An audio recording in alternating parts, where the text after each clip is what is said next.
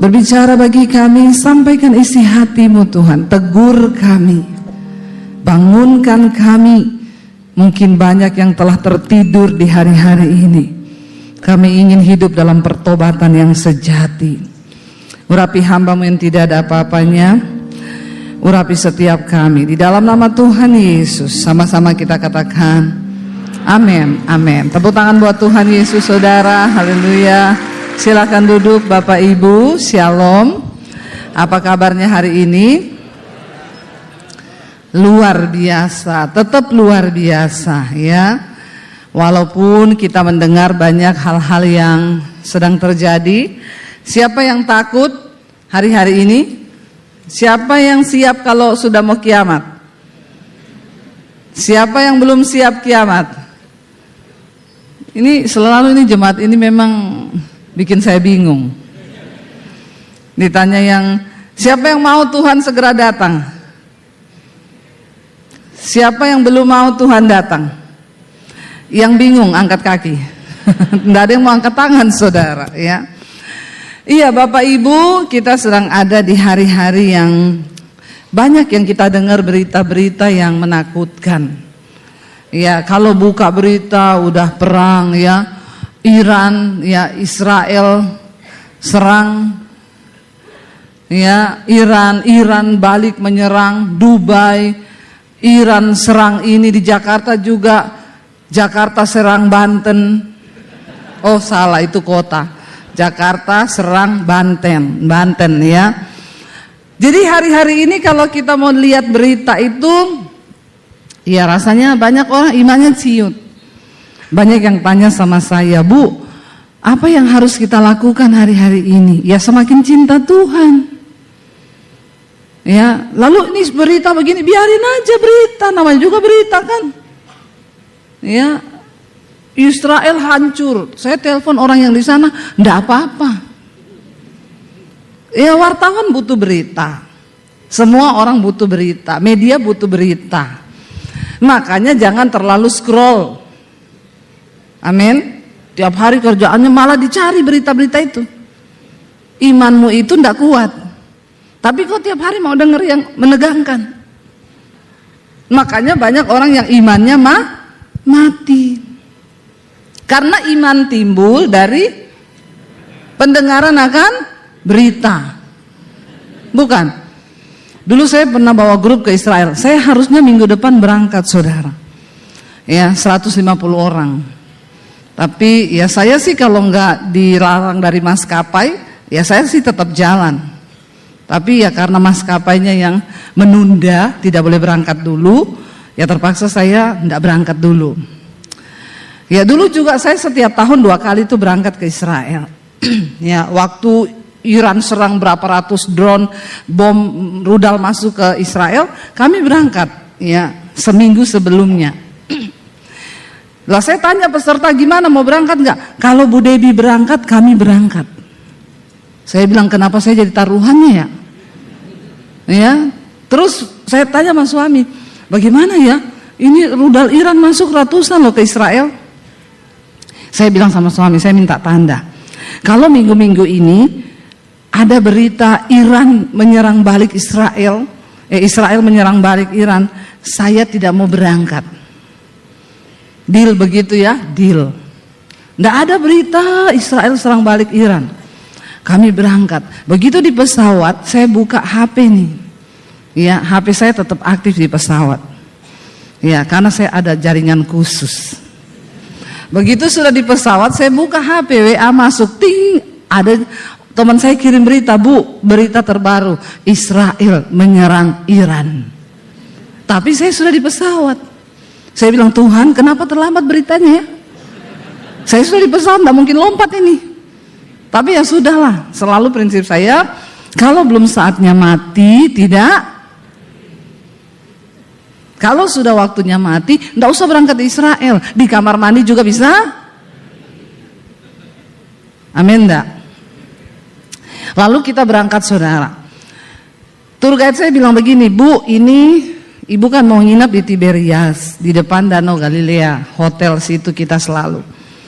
Tapi hotel ini Bu, jujur barusan buka minggu-minggu ini. Kemarin tutup. Kenapa? Ada bom itu jatuh di samping hotel. Tapi saya terserah ibu, kalau ibu mau nginep ya saya tetap di situ. Kalau ibu mau pindah juga bisa. Tapi kan itu dulu toh, sekarang sudah aman, udah buka kan? Iya sih Bu, udah tetap di situ saja.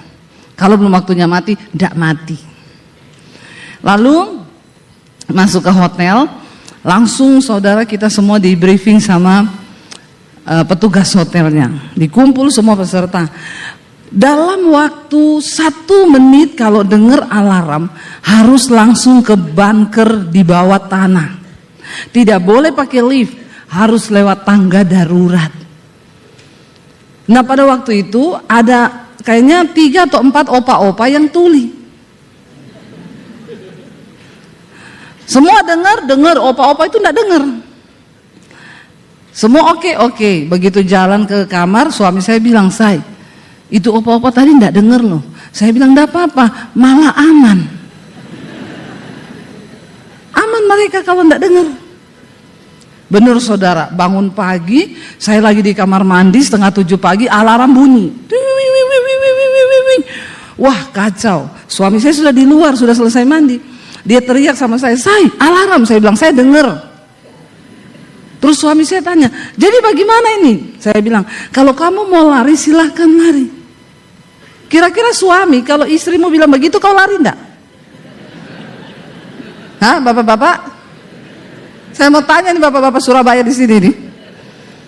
Nah, kalau engkau di luar kamar mandi, istrimu di kamar mandi, alarm bunyi, terus kau tanya, "Saya gimana, lari apa enggak?" Terus istrimu bilang, "Lari aja kau. Tinggalin saya." Kira-kira bapak-bapak lari atau tidak? Jawab jujur bapak-bapak. Tatap mata saya. Bapak-bapak lari atau tidak? Kenapa tidak lari? Takut istri atau karena cinta istri? Ada 2 ini pertanyaannya lagi. Tetap tinggal karena cinta istri atau takut istri? Oh takut istri kata bapak. Bapak jujur sekali bapak ya. Berani kalau ya berani macam-macam. Jadi saya juga memang menguji kesetiaan suami saya. Saya bilang lari aja saya masih lama ini. Saya keluar, dia enggak lari. Coba kalau lari. Berani kalau lari, langsung sampai Indonesia talak 3. Ya berarti itu namanya sehidup semati, 1 hidup 1 mati. Nggak boleh begitu.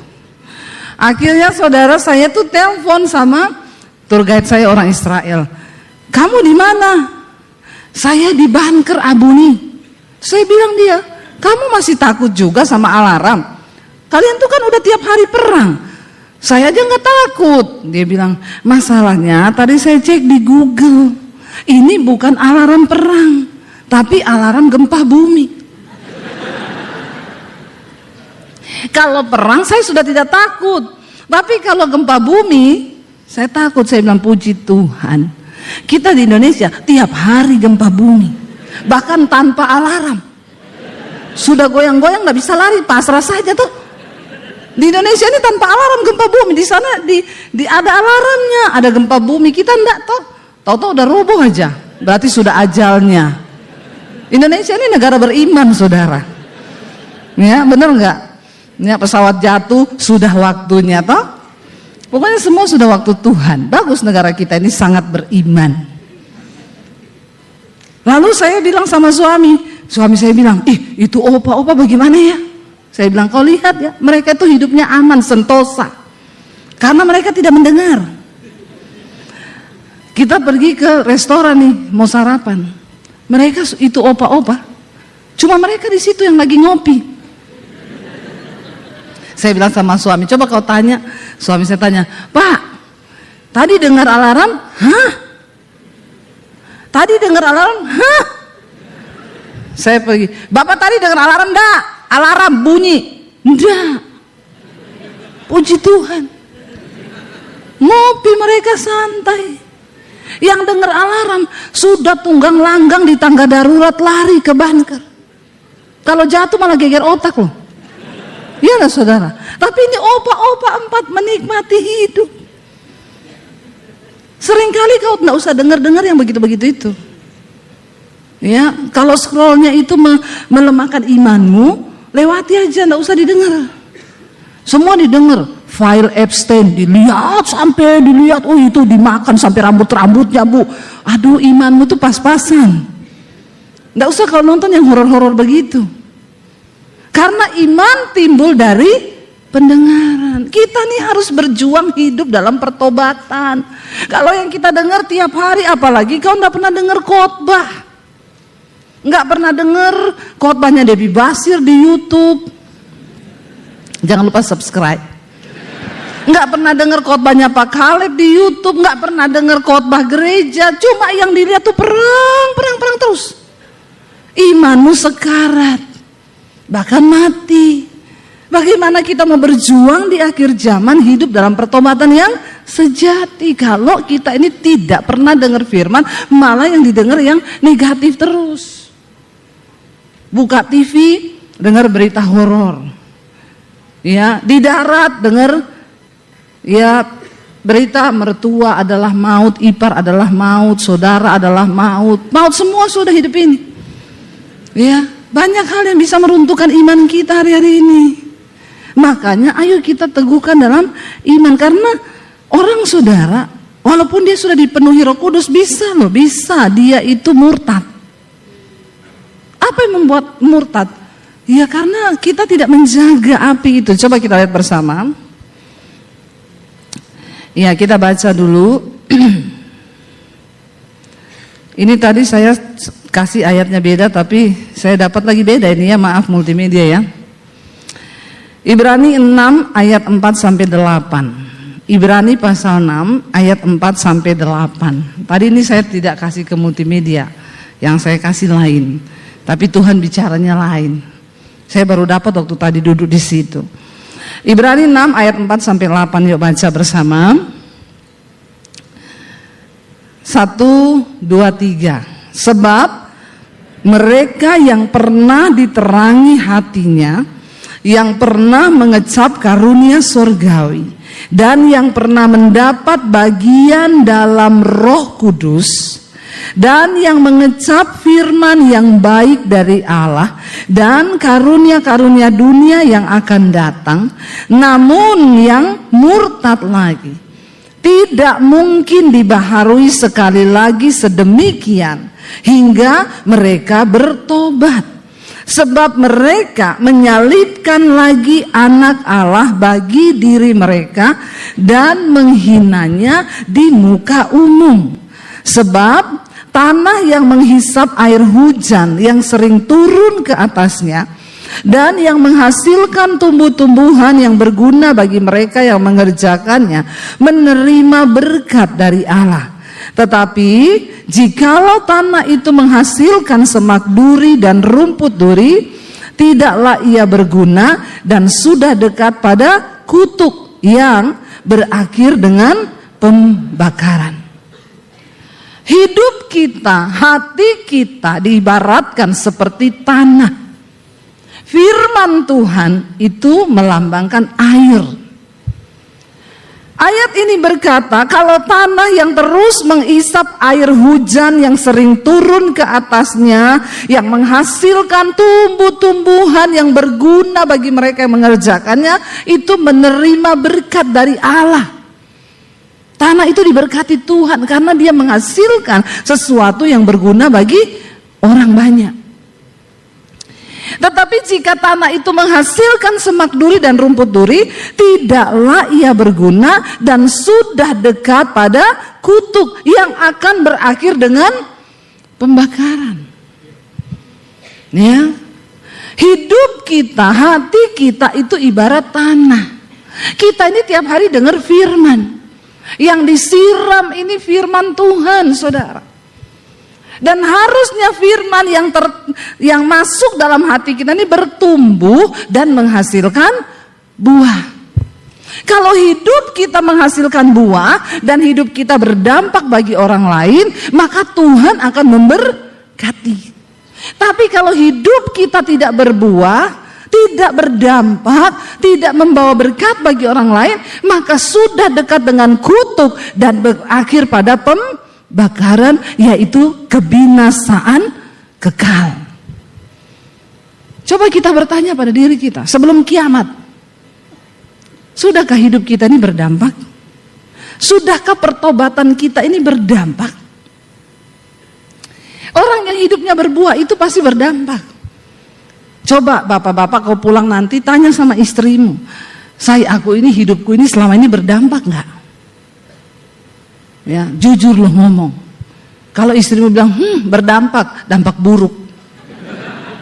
Aku ini tiap hari menahan kepahitan sama kau. Bagaimana tidak, kau pulang tengah malam, kau pergi pagi, kau pulang tengah malam, mabok lagi, kau main judi, maka matilah saja kau. Benar nggak saudara? Kalau hidup kita sudah tidak berdampak, ngapain hidup? Anak muda dengar baik. Kalau kau hidup tidak berdampak dalam keluarga, ngapain kau hidup? Tiap hari cuma main game dari pagi sampai malam. Ya, jangankan ibumu, Tuhan juga udah nek sama hidupmu. Ya, maaf ya, saya memang khotbahnya begini. Kalau nggak tersinggung kebangetan. Semoga tersinggung. Ya, memang orang Kristen harus disinggung. Ya, kalau hidupmu dari pagi cuma main game, tidak. Coba anak muda, tolong kau renungkan hari ini hidupmu tuh berdampak nggak di rumah?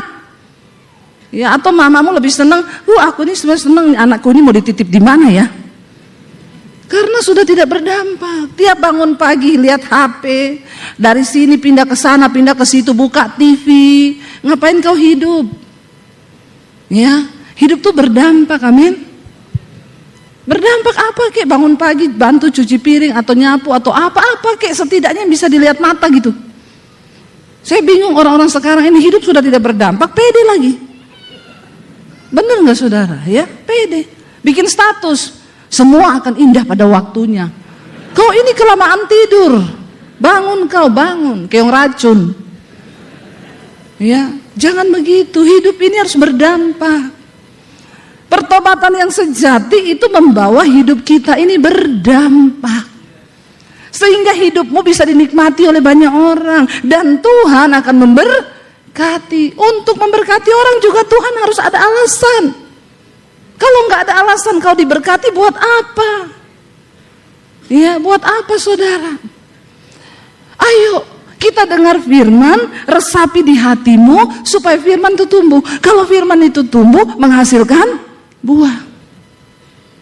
Pertobatan yang sejati itu berbuah saudara, hidupnya menghasilkan buah, bisa dinikmati oleh orang.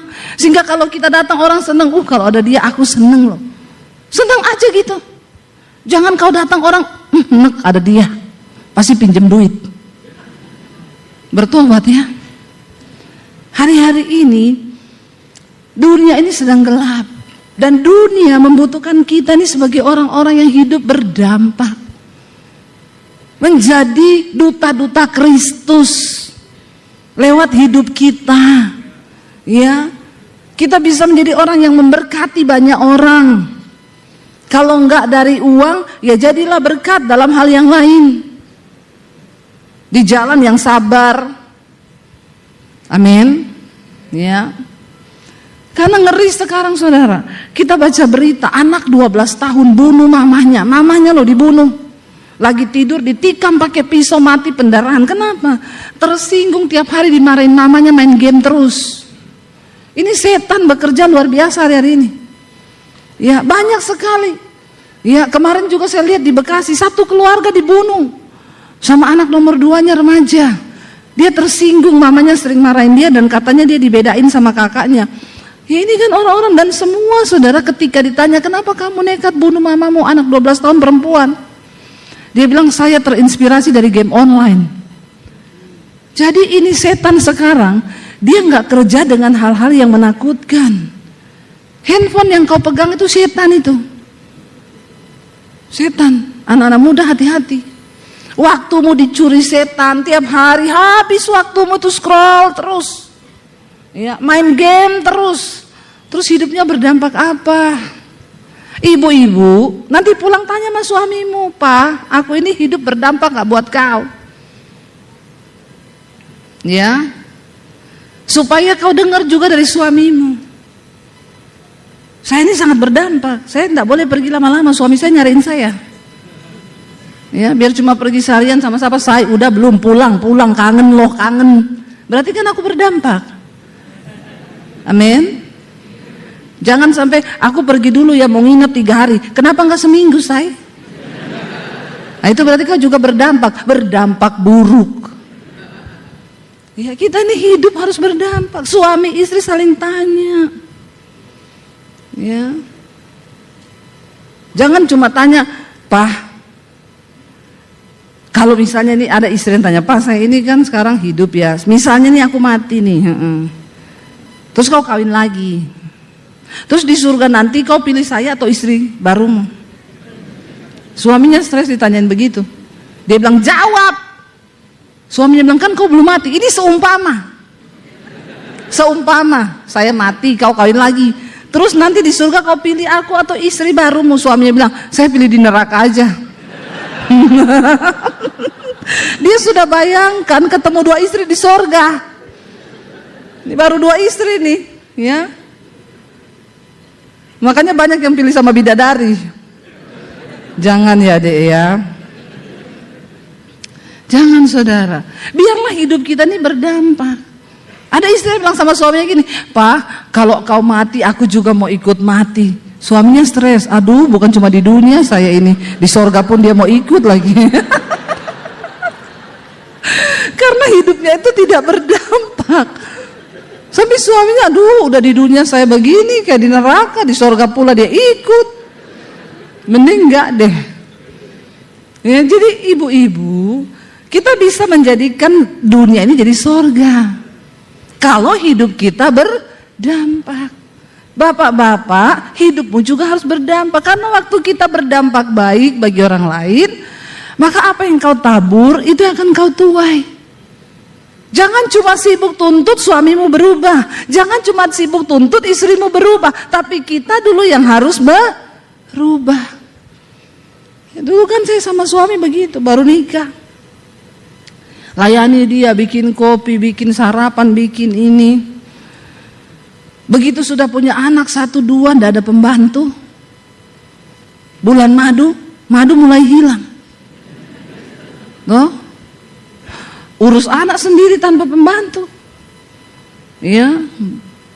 Baru nikah masih bulan madu terus, produksi madu terus kan, manis terus tiap hari, sayang, mau kopi, sayang, mau roti, madu semua begitu.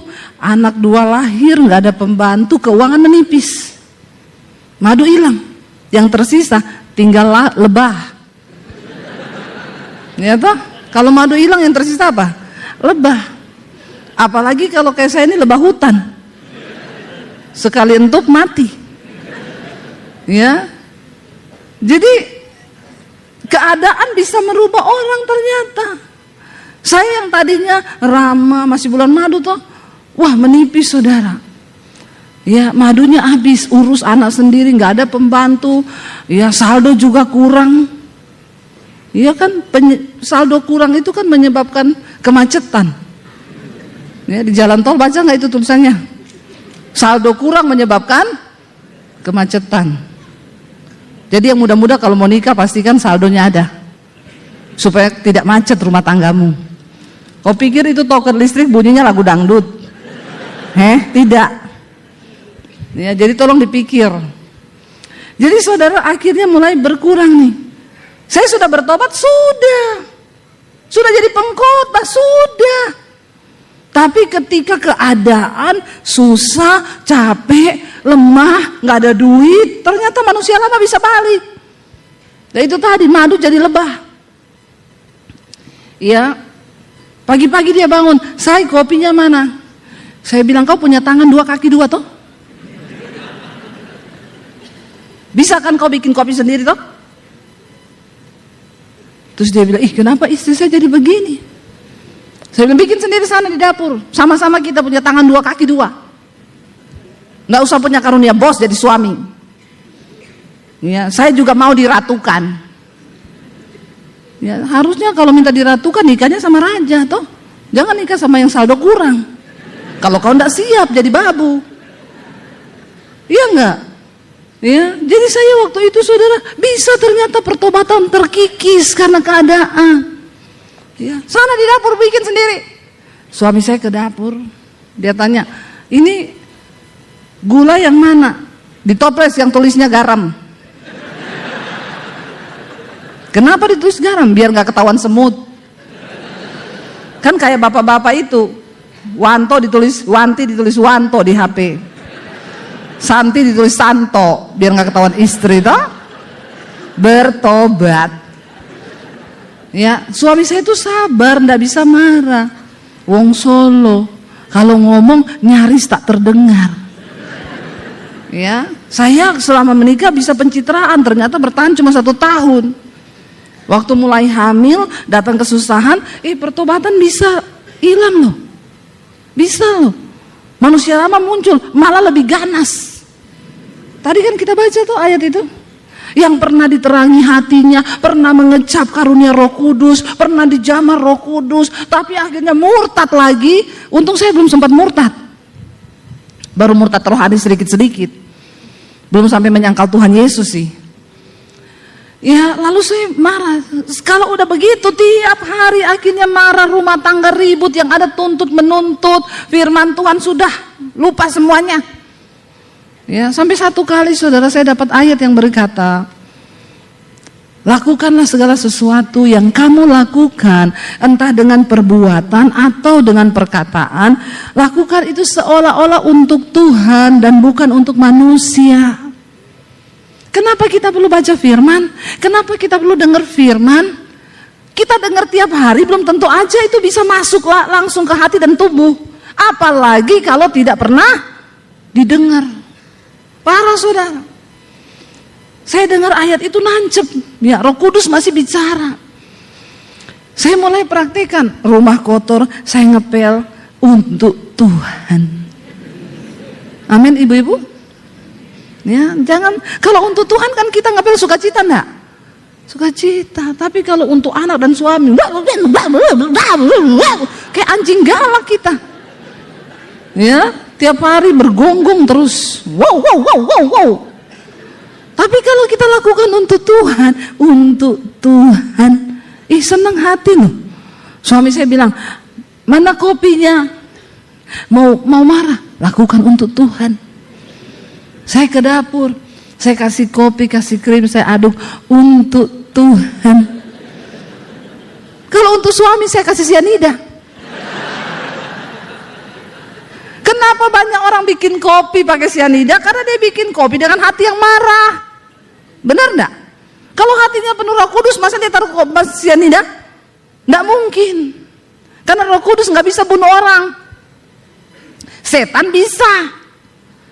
Ya, bapak-bapak jauhkan sianida dari rumah. Apalagi sekarang lakban itu saya takut. Soalnya sekarang Indonesia ini ngeri, ditemukan mayat dengan mulut di lakban. Lakban semua sekarang.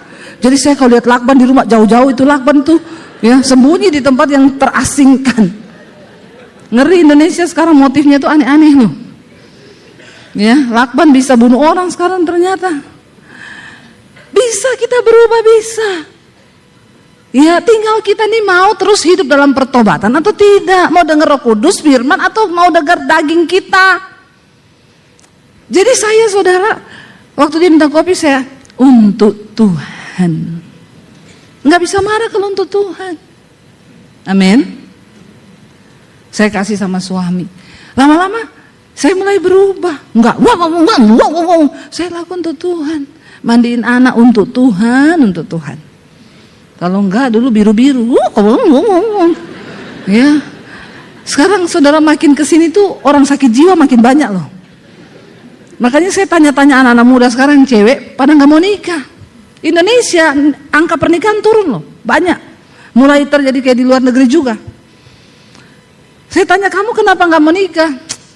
Takut bu, lihat sekarang berita suami selingkuh semua. Ya, lihat pembunuhan, ngapain? Nanti kita jadi sakit jiwa. Belum nikah aja sudah sakit jiwa. Iya loh, ngeri sekarang loh. Apalagi pesan-pesan yang ada di sosial media sekarang, pesan-pesan yang menyesatkan. Lu ngapain bertahan dengan laki-laki yang begitu? Nanti lu jadi sakit jiwa, mending cerai. Hari-hari ini dunia menuntut kita mengasihani diri, mencintai diri. Padahal Alkitab bilang kita harus belajar mencintai orang lain seperti kita mencintai diri sendiri. Bertentangan.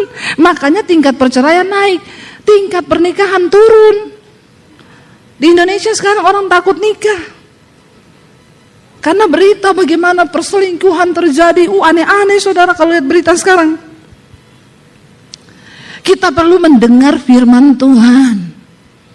Makanya baca firman supaya pertobatan kita tuh terjaga di dalam Tuhan.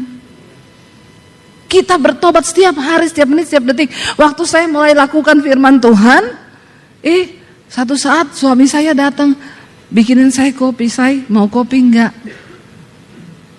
Tumben dia mulai berubah juga. Apa yang perlu aku bantu? Nyuci, nyapu, ngepel, jemur, nyetrika. Zaman-zaman kita susah dulu nih. Dia mulai berubah. Karena apa yang kau tabur itu yang akan engkau tuai. Kalau kau cuma sibuk tuntut suamimu berubah dan kau tidak berubah, percuma. Kau tuntut istrimu berubah, kau tidak berubah, percuma. Keteladanan kita itu akan mendatangkan berkat waktu kita belajar melakukan firman. Karena ayat ini bilang seperti tanah, dikatakan di sana, yang menerima menghisap air hujan yang sering turun ke atasnya. Kalau tiap hari firman turun ke hati kita terus dan kita ambil firman itu masuk dalam hati kita, dia akan menghasilkan tumbuh-tumbuhan yang berguna bagi mereka yang mengerjakannya, menerima berkat dari Allah.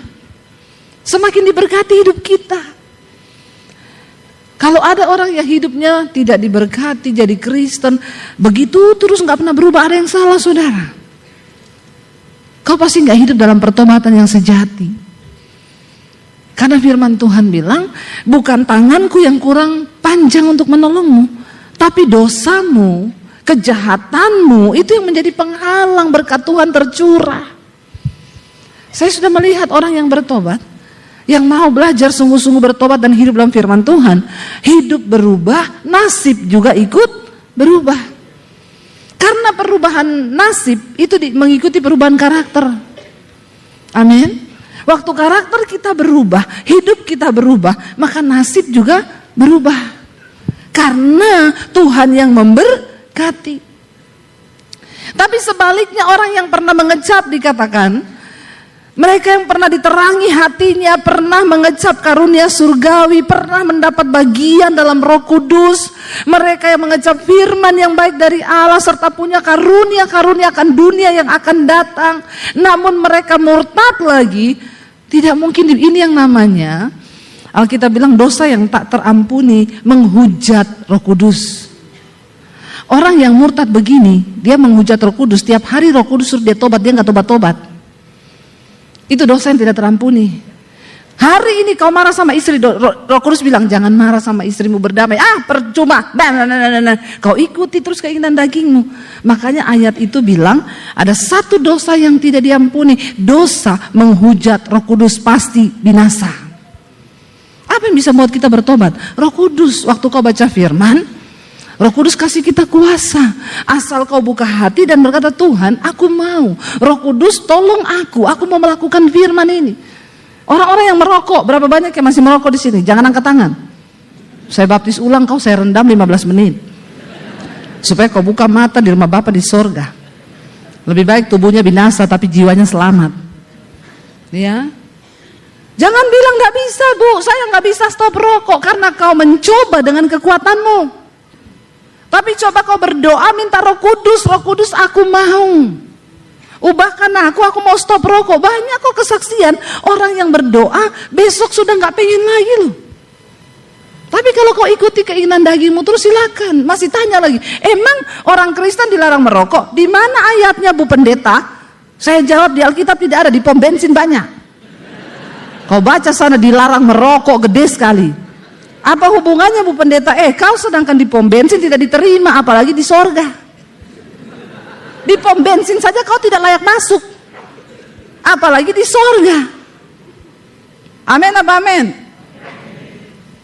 Bertobat. Ya, bertobat, minta Roh Kudus. Tadi Pak Kaleb bilang, iya pertobatan itu tiap hari. Bukan satu kali toh waktu engkau terima Yesus sudah selesai. Oh pasti selamat, kasih karunia, kan Tuhan sudah mati dari dahulu sekarang bahkan sampai dosaku selama-lamanya. Kau kira darah Yesus itu apa? Terus kau main-main terus. Derajatmu sudah diangkat nih jadi anak, kenapa kau jadi budak lagi? Saudara kalau angkat anak dari kotor di pinggir jalan, ya, dia pemulung kotor, miskin, saudara angkat bawa ke rumah. Saudara cukupi, saudara kasih baju. Besok dia udah pulang lagi, sudah ada di got lagi. Dia duduk di situ lagi. Saudara ambil lagi. Saudara pulang lagi. Besok dia pergi lagi di situ. Saudara bosan nggak? Lama-lama. Ya udahlah, biarin dia, berarti lebih cocok tinggal di situ tuh. Kalau engkau sudah derajatmu diangkat, tapi kau terus melakukan dosa, engkau jadi budak lagi, budak lagi, budak lagi. Ya lama-lama silakanlah, Tuhan bilang. Makanya di sini dikatakan, maka dia tidak mungkin dibaharui sekali lagi sedemikian hingga bertobat, sebab mereka menyalibkan lagi anak Allah bagi diri mereka dan menghinanya di muka umum. Jangan bermain-main dengan dosa, saudara. Mari kita sungguh-sungguh hidup dalam pertobatan yang sejati. Ya, padahal tadi sudah mengecap, sudah mendapat bagian dalam Roh Kudus. Biar kau bahasa rohmu sampai di langit ke-7. Tiap kali berdoa sampai malaikat keriting dengernya. Kalau kau tidak bertobat, kelakuanmu nggak berubah, percuma. Ya, Rasul Paulus bilang, biar kau bisa bahasa malaikat. Ya, biar kau menguasai semua bahasa malaikat pun kau tahu. Tapi kalau engkau tidak hidup melakukan firman Tuhan, maka imanmu itu nol, mati, nggak ada apa-apanya. Mari kita bertumbuh hari-hari ini.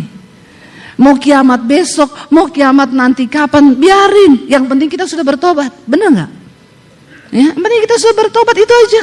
Jadi kalau orang tanya, Bu, apa yang harus kita lakukan, persiapan hari ini apa? Sekarang orang bingung.